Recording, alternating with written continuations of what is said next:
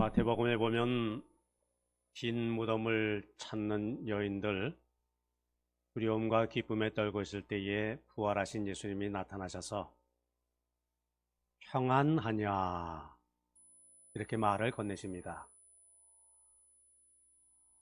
또 누가복음에 보면은 11제자가 모여 있는 자리에 부활하신 예수님께서 나타나셔서 너희에게 평안이 있을지어다. 평안을 기원하셨습니다. 요한복음 똑같은 말씀, 똑같은 상황에서 주님 평강을 말씀하셨고요. 요한복음은 강조해서 2번씩이나 예수님께서 너희에게 평안이 있을지어다, 평강이 있을지어다 이렇게 말씀을 하셨습니다. 이 말씀은 부활하신 예수님께서 우리에게 진정 주시기를 원하시는 것, 우리가 누리기를 원하는 것, 주님 주시는 평안, 평강이라 하는 것을 보여주는 귀한 말씀이 아닐 수가 없습니다. 험한 세상 살아가는 우리들에게 진정 필요한 것은 평안이지요, 평강입니다. 그것은 세상이 주는 것과 같지 아니한 주님 주시는 하늘로부터 나리는 그 평강, 평안인 줄 믿습니다. 왜 그것이 필요합니까? 우리가 살고 있는 세상이 참으로 험하기 때문이지요. 어둡기 때문입니다. 많은 문제, 고난 속에서 우리가 살고 있기 때문입니다. 하지만 우리는 분명히 믿습니다. 이 고난이 없어서 누리는 평안, 평강, 그것이 아니라 이 고난을 이겨나가는 가운데 고난을 극복해 나가면서 누리는 그 평안, 평강, 그것을 주님은 우리에게 주시기를 기뻐하신다는 사실입니다. 이런 말이 있습니다. 하나님은 부서진 것들을 사용하신다. 유대 격언이라고 그래요. 실제로 많은 여러 곡식들, 단단한 곡식들, 이게 부서져야 빵이 됩니다. 여러 음식들, 단단하고 질긴 음식들, 우리 입안에서 고르게 잘게 부서져야 그것이 잘 소화가 되고 흡수가 되어서 영양분이 되지요. 이 사람도 원숙한 인격과 신앙을 갖추려면 반드시 부서지는 과정을 겪어야 한다, 그렇게 말하지 않습니까? 그러니까 부서짐의 사이즈가 성숙의 사이즈다 하는 그런 말씀이지요. 자, 성경은 어떤 철학책이 아닙니다. 그렇기 때문에 사실 어디서도 고난의 문제에 대한 만족스러운 대답을 찾기가 쉽지가 않습니다. 고난, 이것이 왜 이런 일이 있는가? 이것을 어떻게 극복할 것인가? 1번, 2번, 3번, 3. 뭐 이런 체계가 아닙니다. 그러나 성경은 이 고난을 통해서 많은 믿음의 사람들이 어떻게 하나님을 만났는가? 어떻게 고난을 극복해 나갔는가? 그래서 어떻게 보다 더 성장 성숙한 그러한 존재가 되었는가? 이것을 우리에게 분명히 보여주고 있죠. 자, 몇 가지 교훈. 첫째, 성경은 고난 그 자체를 그냥 그대로 인정합니다. 험한 세상을 살아가는 우리들이 이 고난을 부인하면 안 됩니다. 하나님 나에게 왜 고난을 허락하십니까? 하나님을 원망해서도 안 됩니다. 자, 오늘 읽은 말씀을 보면은요, 찬송하리로다 이렇게 말씀이 시작됐지요. 왜 하나님을 찬송해야죠? 찬송하리로다 그 다음 말씀 보면은 사도 바울이 지금 큰 고난에 처해 있음을 우리가 찾아볼 수가 있습니다. 그러니까 사도 바울은 고난을 부정하거나 또는 고난을 이겨낸 가운데 하나님을 찬양하는 것 아닙니다. 고난 속에서 고난을 인정하면서 고난이 주는 그 고통을 내가 지금 체험하고 있지만 그럼에도 불구하고 나는 하나님을 찬양하지 않을 수 없습니다. 그 귀한 신앙의 모습을 우리에게 보여주고 있습니다. 제가 좋아하는 시 가운데 어느 시인 아마 많이들 알고 계실 것입니다. 흔들리며 피는 꽃, 그죠? 그런 시가 있죠. 기억하시는 분들 계시겠죠? 물론 이 시를 만드신 분도 아주 독실한 신앙인입니다. 제가 좀 읽어보겠습니다. 흔들리지 않고 피는 꽃이 어디 있으랴? 세상 그 어떤 아름다운 꽃들도 다 흔들리면서 피었나니, 흔들리면서 줄기를 곧게 세웠나니, 흔들리지 않고 가는 사랑이 어디 있으랴? 젖지 않고 피는 꽃이 어디 있으랴? 이 세상 그 어떤 빛나는 꽃들도 다 젖으며 피었나니, 바람과 비에 젖으며 꽃잎 따뜻하게 피었나니, 젖지 않고 가는 삶이 어디 있으랴. 이런 시가 참 아름답습니다. 그러나 보다 더 그 안에 담겨 있는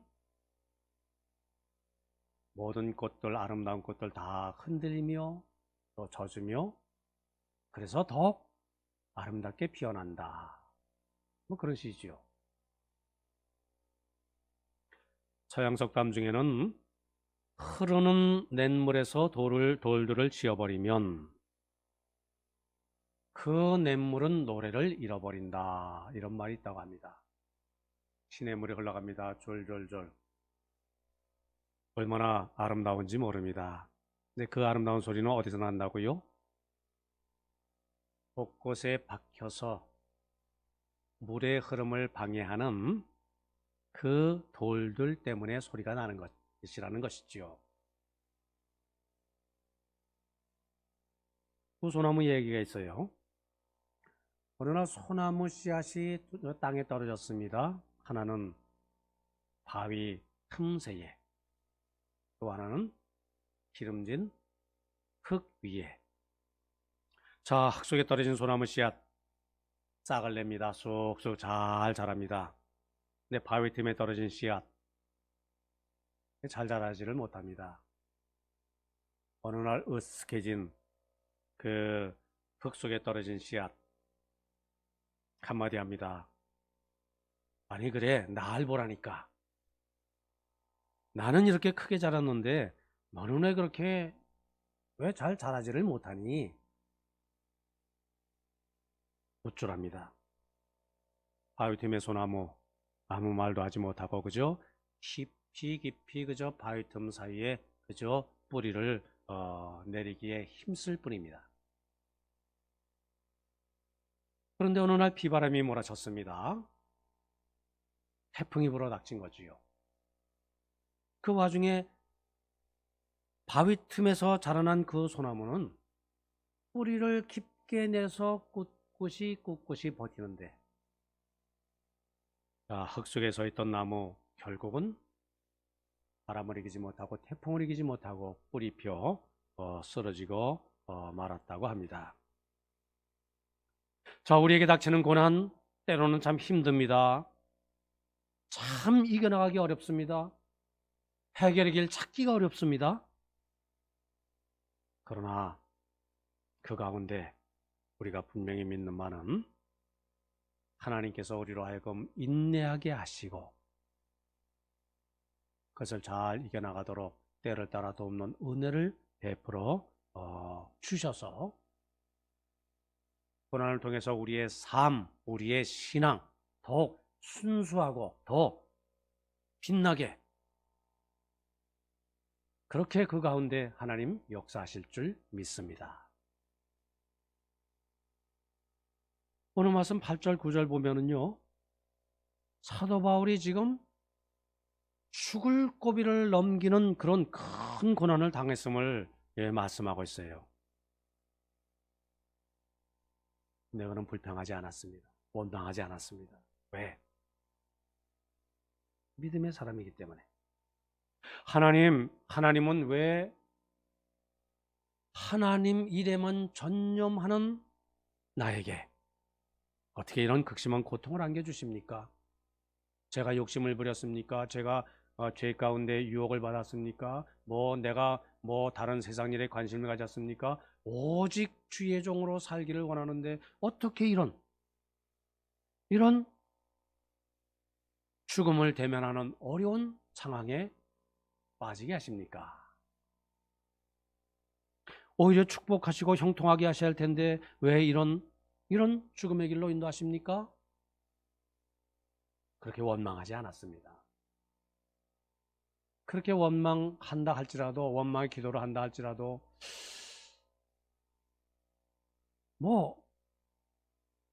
그렇게 사신 분인데 우리가 오히려 동정의 마음을 가질 수밖에 없는 분이지만은 결코 이분 그렇게 하지 않았습니다. 하나님이 나에게 이 고난을 허락하심은 오히려 나를 더 연단하시고 더 귀한 하나님의 일꾼으로 삼고자 하시는 하나님의 뜻이 계시기 때문이다. 오히려 그렇게 믿었습니다. 그래서 9절 말씀 보니까 우리로 하여금 자기 자신을 의지하지 말고 오직 죽은 자를 다시 살리시는 하나님만을 의지하게 하려 그런 고난을 허락하신 것이다. 그렇게 말씀하고 있지요. 사도 바울 고난을 인정했습니다. 그대로 받아들였습니다. 오히려 고난과 역경을 통해서 하나님께 나아가는 지름길로 삼았지요. 하나님은 이런 신앙인을 오늘도 찾고 계신 줄 믿습니다. 이런 사람을 기다리고 계신 줄 믿습니다. 그리고 하나님은 이런 사람들을 들어서 하나님의 일꾼으로 귀히 사용하시기를 기뻐하시는 줄 믿습니다. 둘째, 우리의 삶에는 고통이 있습니다. 우리의 삶은 고난의 연속이지만 그러나 놀라운 사실은 우리 하나님은 위로의 하나님이 되신다 하는 사실이지요. 단지 그냥 위로의 하나님, 그 하나님이 되시는 것이 아니라 오늘 말씀 보니까 모든 위로의 하나님, 아주 뭐라고 하지요? 최상의 표현이지요. 위로의 하나님, 이것이 아니라 모든 위로의 하나님. 3절 말씀이지요. 찬송하리로다. 그는 우리 주 예수 그리스도의 하나님이시요 자비의 하나님이시요. 그다음 말씀, 모든 위로의 하나님이시로다. 참으로 하나님은 고난과 고통 중에 있는 우리를, 하나님의 백성을 위로해 주시는 분인 줄 믿습니다. 위로, 이 성경에 기록된 헬라어 단어의 뜻은 곁에 계신다, 곁으로 부르신다 는 뜻입니다. 그리고 등을 두드려 주신다. 그리고 하나님은 친히 그 자비의 손으로 고통당하는 성도들을 부르셔서 그의 곁에 계셔서 그 등을 두드려 주시면서 우리를 달래주시는 분, 그 말씀이지요. 우리 주님은 이 땅에서 성도의 여러 수고를 위로해 주십니다. 그리고 영원한 천국에서 성도의 눈물을 닦아주실 것이고요. 그 넓은 사랑의 가슴을 활짝 여시고 수고하고 무거운 짐진 자들아 다 내게로 오라 내가 너희를 쉬게 하리라. 자, 이렇게 말씀하시면서 우리를 영접하실 것입니다. 진정 우리 하나님은 우리 성도들 환난 중에 위로하시고요. 또 우리가 주님의 위로를 받는 그 모습을 보면서 기뻐하실 줄 믿습니다. 하나님이 위로하시는데 위로를 받지 못할 사람, 한 사람도 없습니다. 어떤 분의 글 가운데 이런 글이 있더라고요. 인생은 동굴이 아니라 터널을 지나가는 것이라. 이게 무슨 말씀인가? 계속 읽어보니까 이 얘기입니다. 우리 인생은 언젠가는 끝이 있고 나가는 출구가 있다. 동굴은 어둡기만 하지요. 터널은 끝이 있습니다. 그 고난을 이기면 예전보다 더 귀한 행복이 기다리고 있습니다. 그런 희망이 나를 버티게 해주었습니다. 저는 암 환자들에게 치료법이 남아있다는 것만으로도 감사를 해야 합니다. 이렇게 권합니다. 그리고 절대 절망해서는 안 된다고 말하지요. 왜냐하면 두려움이 골수를 녹여서 면역력을 떨어뜨리기 때문이지요. 이분이 누군가 하면은 암을 고치는 그 의사이자 근데 본인 자신이 이제 말기암 환자이신 그 의사 선생님이세요. 자, 한마디만 더 이분의 말이 계속됩니다. 암이 사람을 죽이는 게 아닙니다. 자신의 절망 때문에 죽는 거지요. 그리고 저는 암에 걸리기 전보다 지금 이분이 암 걸렸다고 했습니다. 자, 지금이 더 행복합니다. 저는 암에 걸려서 제 자신을 돌이켜보게 되었고요. 작은 것에서 행복을 찾게 되었고요. 가족과의 정이 오히려 더 깊어졌습니다. 그런 내용의 글입니다. 자, 우리 하나님은 우리에게 고난 중에서 희망을 갖고 살도록 우리를 위로해 주시는 분. 이제 이겨나갈 수 있도록 우리를 도와주시는 분. 믿음, 소망, 사랑으로 우리에게 힘을 주시는 분. 우리는 이 하나님의 보이지 않는 손길 그 도심 속에서 우리 때로 만나는 고난을 우리가 넉넉히 이겨나갈 수 있는 줄 믿습니다. 자, 우리가 고통을 당할 때 누가 나를 도울 수 있지요? 같은 그 어려움을 당해본 사람이 위로할 때 그 위로가 얼마나 힘이 되는지 몰라요. 자, 내가 슬픔을 당할 때 누가 나를 위로할 수 있습니까?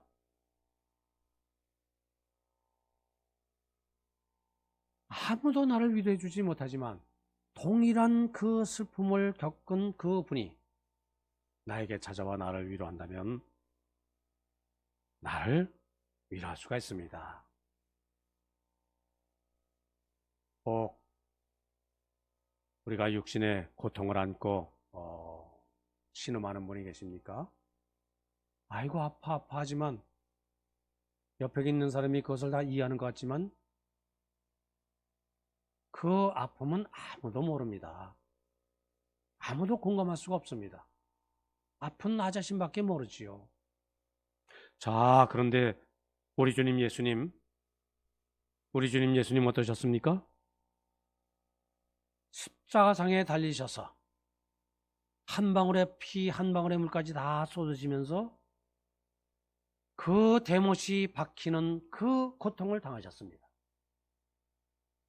아픔, 육신의 고통. 우리 주님은 아시지요. 우리가 이 세상을 살 때 또한 가장 힘들고 어려운 게 뭘까요?